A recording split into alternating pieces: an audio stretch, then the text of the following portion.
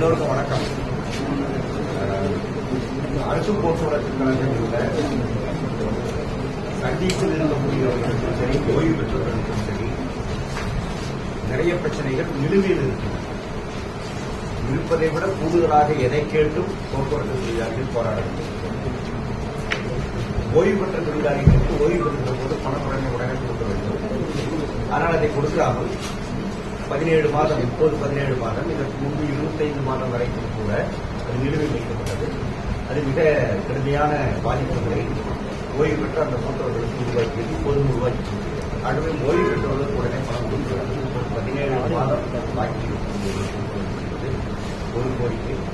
அடுத்தது சர்வீஸில் இருக்கக்கூடியவர்களுக்காக போடப்பட்ட ஒப்பந்தத்தில் ஒப்பந்தப்படியான அரியர்ஸ் 2 மாத அரியர்ஸை 3 மாதத்துக்கு தருவோம் என்று சொன்னார்கள். அப்படி பார்த்தால் 2 மாதங்களுக்கு முன்பே கொடுத்திருக்க வேண்டும்.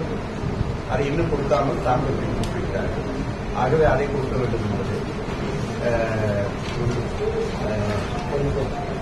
பொது தொழிலாளிகள் பிடித்தம் செய்யக்கூடிய பணத்தை அவங்க உடனடியாக செலுத்தாம அவர் கையிலேயே வச்சிருக்கிறது. அது கிட்டத்தட்ட 15,000 கோடி ரூபாய் இருக்கிறது. 1/4/2003 பிறகு வேலையில் சேர்ந்தவர்களுக்கு பழைய ஓய்வூதியம் அமல்படுத்தப்படுகின்ற திராவிட முன்னேற்ற கழகத்தினுடைய வாக்குறுதி, தேர்தல் வாக்குறுதி நிறைவேற்றப்படவில்லை. இந்த முக்கியமான 4 கோரிக்கைகளின் மீது எங்களுடைய போராட்டத்தை நடத்துவோம் என்று நாங்கள் ஆகஸ்ட் 7ஆம் தேதி அறிவித்தோம். ஆகஸ்ட் 18 போராட்டம் தொடர்ந்து அறிவித்தோம். இப்போது அக்டோபர் 18, 61 நாட்களாக அந்த போராட்டம் நீடிக்கிறது. காத்திருக்கிறோம்.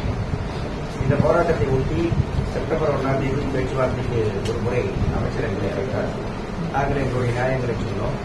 எல்லாம் செய்தால் எதையும் நாங்கள் இருக்கவில்லை என்று அவர் சொன்னார்.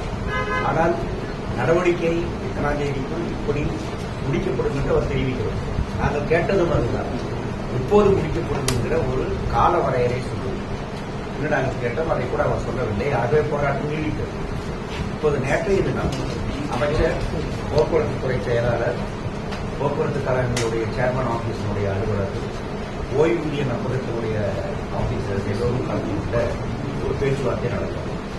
அந்த பேச்சுவார்த்தையில் 17 மாதம் இறுதியில் இருக்கக்கூடிய ஓய்வூதிய பலன்களை பொங்கலுக்குள்ளாக 2 தவணைகளில் கொடுத்து வருகிறோம். ஒரு பகுதியை எவ்வளவு விரைவில் முடியுமோ அவ்வளவு விரைவில் கொடுப்போம். அடுத்த பகுதியை பொங்கலுக்கும் கொடுத்துருவோம் என்று அமைச்சர் அந்த கைது சொல்லியிருக்கிறார். கால வரையறை செய்திருக்கிறார். அதேபோல் இந்த ஒப்பந்த அரியர்ஸ் தொகை, நிலுவைத் தொகை, அதை விரைவில் கொடுத்து வருகிறேன். விரைவில் கொடுத்து வருகிறேன் என்றால் ஒரு 15 நாட்களுக்குள்ளாக அதை கொடுத்து விடுவோம் என்கிற முறையில சொன்னார். அதற்கு முன்பே கூட கொடுப்பதற்கு வாய்ப்பு இருக்கிறது என்று சேர்மன். அடுத்து ஓய்வு பெற்றவர்களுடைய காப்பீடு.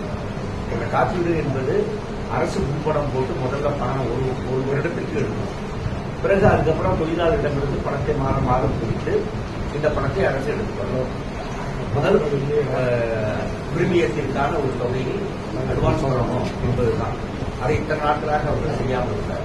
இத்தனை வருடங்களாக எல்லா துறைகளிலும் முன்பணம் போட்டு அரசாங்கங்களுக்கு கொடுக்கிறது. போக்குவரத்தை மட்டும் பாரபட்சமாக பார்த்தார். இப்ப நேற்று வலியுறுத்திய போது அடுத்த ஜூன் மாதத்திலிருந்து தான் அடுத்த காப்பீடு போட வேண்டும். ஆகவே அந்த ஜூன் மாதத்தில் போடுவதற்கான ஏற்பாட்டை நாங்கள் செய்வோம் என்று ஒப்புக்கொண்டிருக்கிறோம். இந்த 1/4/2003 பிறகு பணியில் சேர்ந்தவர்களுடைய பிரச்சனை எங்களை பொறுத்தவரை ஒப்பந்தப்படியான பென்ஷன்காரர்கள் அரசு அறிவிக்கக்கூடிய அந்த மாதிரியான பென்ஷன்காரர்கள் அரசு போட்டிருக்கிற கமிட்டி என்ன சொல்லுகிறதோ அதை அமல்படுத்துகிற போது எங்களையும் அதோடு நீங்கள் இணைத்து நீங்கள் ஒன்றாகிக் கொள்ளலாம். அப்படி நீங்கள் செய்வதற்கு முன்வர வேண்டும் என்று நாங்கள் சொன்னோம். அடுத்தது என்ன இதிலே செய்யலாம், என்ன இதில் செய்ய முடியும், இந்த நம்பகம் அமைந்தால் ஏற்பட்டிருக்கக்கூடிய பிரச்சனைகள் என்ன, அதை எப்படி தாண்டி வருவது என்பது குறித்தெல்லாம் தொழிற்சங்கங்களோடு நீங்கள் பேசினாலும் முழுமையாக உங்களுக்கு புரியும். ஆகவே அதற்காக ஒரு கமிட்டி ஏற்கனவே போடப்பட்டிருக்கிற அந்த கமிட்டி நீங்கள் கூட்ட மாட்டேங்கிறீங்க. அந்த கமிட்டி கூட்டி பேச வேண்டும் என்று சொல்லியிருக்கிறோம். அதற்கான நடவடிக்கை எடுக்கப்படும் என்று அதை சொல்லியிருக்கிறார். இந்த உரிய பணத்தை போக்குவரத்து ஊழியர்களுக்கு மாதந்தோறும் சம்பளம் தருவதற்கு அவங்களுடைய நெட் பே எவ்வளவு கணக்கு பார்த்து 1.5 லட்சம் பேருடைய நிகர சம்பளம் எவ்வளவு தரணும், அதை மட்டும் அவங்க கவர்மெண்ட் வாங்கி நீங்க ஏன் நெட் பே வாங்குறீங்க?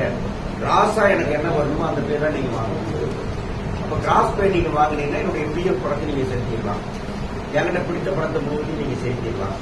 ஒரு நெட் பே வாங்குறதுனால என்ன ஆகுதுன்னா எங்க பணத்தை அங்க செலுத்தாமல் 15,000 கோடி உங்களிடம் இருக்கிறது என்று நாம் இந்த படிப்படியாக அதை மாற்றுவதற்கு நடவடிக்கை எடுக்க வேண்டும் என்று சொல்லியிருக்காங்க.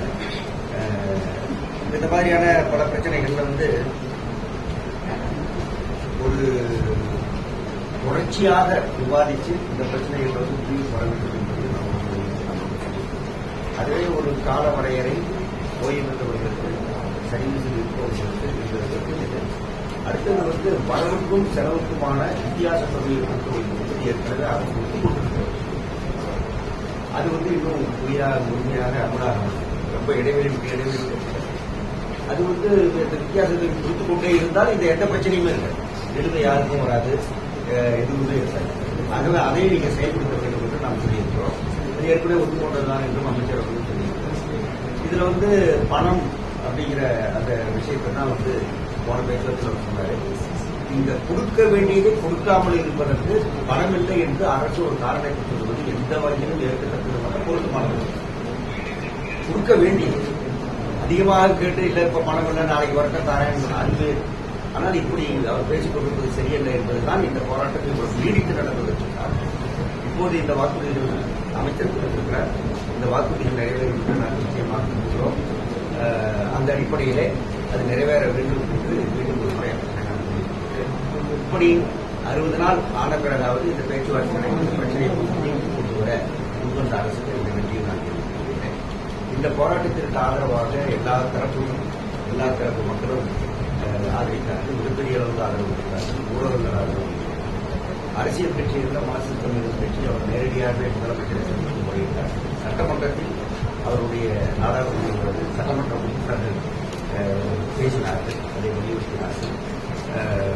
அதே மாதிரி எல்லா வெகுஜன அமைப்புகள் வாலிபர் சங்கம், மாதர் சங்கம் போன்ற அமைப்புகள் அனைத்துமே இந்த போராட்டத்துக்கு ஆதரவாக இருக்கிறார்கள். இங்கே இருக்கிற சில சங்கங்களும் போக்குவரத்து இருக்கிற சில சங்கங்களும் போராட்டம் நடக்கிற இடத்துக்கு வந்து ஆதரவு தெரிவிக்கிறார்கள். அதற்கு பிறகு அரசு ஊழியர்கள், ஆசிரியர்கள் போன்ற அந்த தரப்பினர், பதில தரப்பினர், அரசு ஊழியர், வங்கி ஊழியர்கள், இப்படி அத்தனை தரப்பும் தொழிற்சங்கத்தில் ஈடுபடக்கூடிய இந்த அனைத்து தரப்பிலும் இந்த போராட்டத்திற்கு ஆதரவு. கோரிக்கைகளுடைய நியாயத்தை மிகவும் வலியுறுத்தி அவர்கள் வாதிட்டார்கள். அவர்களுடைய தரப்பிலிருந்து முறையீடுகளையும் செய்தார். ஆகவே அவர் அத்தனை பேர் அரசு இந்த வாக்குறுதியை நிறைவேற்ற வேண்டும்.